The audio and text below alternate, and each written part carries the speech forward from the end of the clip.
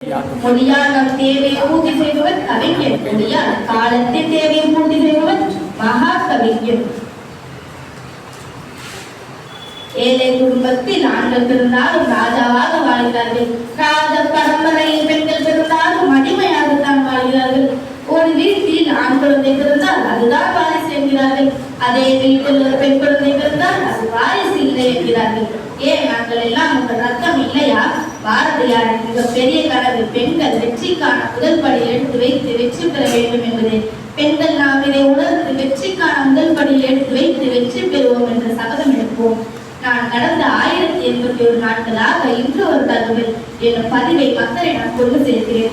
இது எனக்கு மிகுந்த மகிழ்ச்சியை அளிக்கிறது. இது என்னுடைய தனித்திறமையாக நான் கருதுகிறேன். இன்று ஒரு தகவல் கேட்பதனால் கிடைக்கும் நன்மைகள் அறிவை வளர்க்கும். தினமும் புதிய விஷயங்களை தெரிந்து கொள்ள உதவும். நம்மை சுற்றி உலகில் நடக்கும் விஷயங்களை புரிந்து கொள்ள உதவும். தன்னம்பிக்கையை அதிகரிக்கும். தண்டனை கொடுக்க தாமதம் செய், மன்னிப்பு கொடுக்க யோசனை கூட செய்யாதே, மன்னித்து விடு உடனே. அதிகாரத்தை விட அன்பால் முயற்சி செய்தால் உடன் இருப்பவரின் மனதை எதிராக செய்யலாம். மகிழ்ச்சியாக வாழ 5 எளிய நடைமுறைகள். உள்ளத்திலிருந்து வெறுப்பை வெளியேற்றுங்கள்.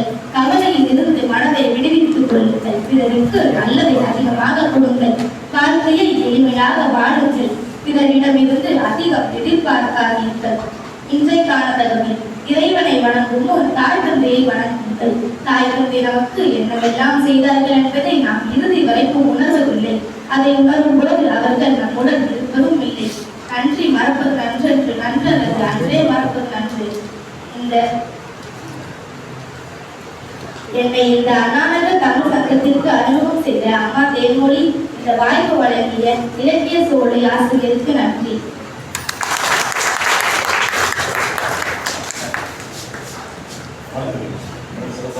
பெண்ணியம் குறித்து மிகவும் அருமையான சிறப்புகளை ஆற்றிய தேவசி அவர்களுக்கு நன்றி.